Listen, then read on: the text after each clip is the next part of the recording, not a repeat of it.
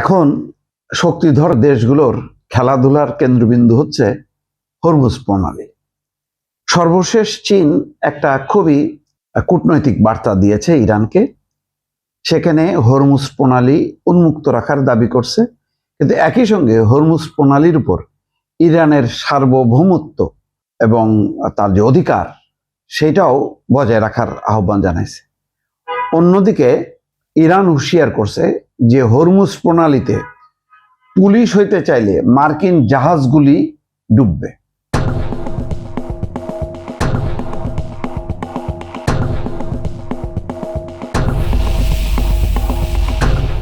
এই হুমকি দিচ্ছে যখন চীন আহ্বান জানাচ্ছে।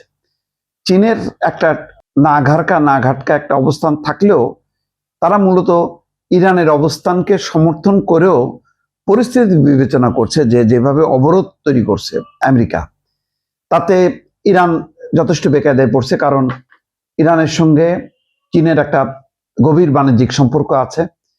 ইরানের সিংহভাগ তেলের ক্রেতা হচ্ছে চীন। সেই চীনের জাহাজগুলিও ছাড় দেবে না আমেরিকা। তো চীন এই ইস্যুতে সংঘাতে জড়াতে চায় না, তবে হুঁশিয়ারি দিয়েছে যে এই অবরোধের। আবার একই সঙ্গে চীন যাতে হরমুজ প্রণালী উন্মুক্ত রাখে সেই আহ্বান জানিয়েছে। হরমুজ প্রণালী যদি উন্মুক্ত রাখে তাহলে আর সেই আলোচনা দরকার পড়বে না, কিন্তু হরমুজ প্রণালীকে ধরেই ইরান তার দাবি আদায় করতে চায়। তার দাবির মধ্যে সবচেয়ে বড় দাবি হচ্ছে ইরানের উপর আন্তর্জাতিক নিষেধাজ্ঞা। সেই নিষেধাজ্ঞার কারণে ইরানের সঙ্গে বহু দেশ বাণিজ্য করতে পারে না, ইরান তার পণ্য অন্য দেশে বিক্রি করতে পারে না।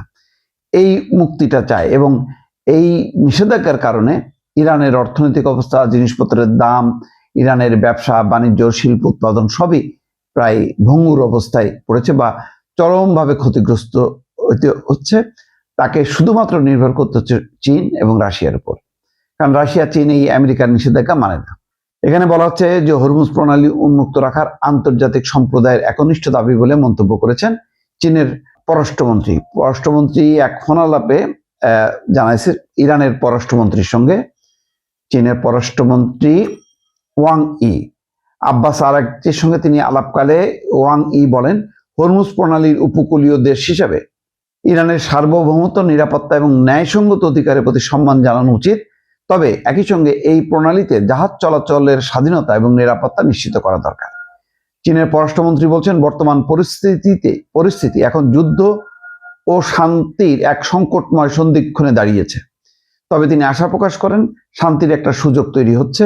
এদিকে চীনের দেওয়া বিবৃতিতে জানানো হয়, ইরানের পররাষ্ট্রমন্ত্রী আব্বাস আরাগচি জবাবে বলেছেন তাদের শান্তিপূর্ণ আলোচনার মাধ্যমে একটা যৌক্তিক এবং বাস্তবসম্মত সমাধান খুঁজতে আগ্রহী। আর এদিকে যে অবরোধের নামে আমেরিকার যে কর্মকাণ্ড, সেই কর্মকাণ্ডকে হুঁশিয়ারি দিয়েছে ইরান। বলেছে যে পুলিশ হইতে চাইলে মার্কিন জাহাজগুলি ডুববে।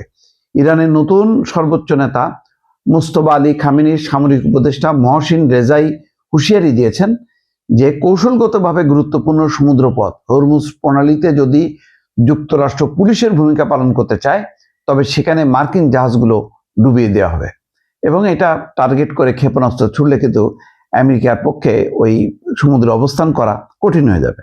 গত 28 ফেব্রুয়ারি ইরানে হামলা চালায় যুক্তরাষ্ট্র এবং ইসরায়েল। এর পরপরই হরমুজ প্রণালীতে জাহাজ চলাচল বন্ধ করে দেয় তেহরান।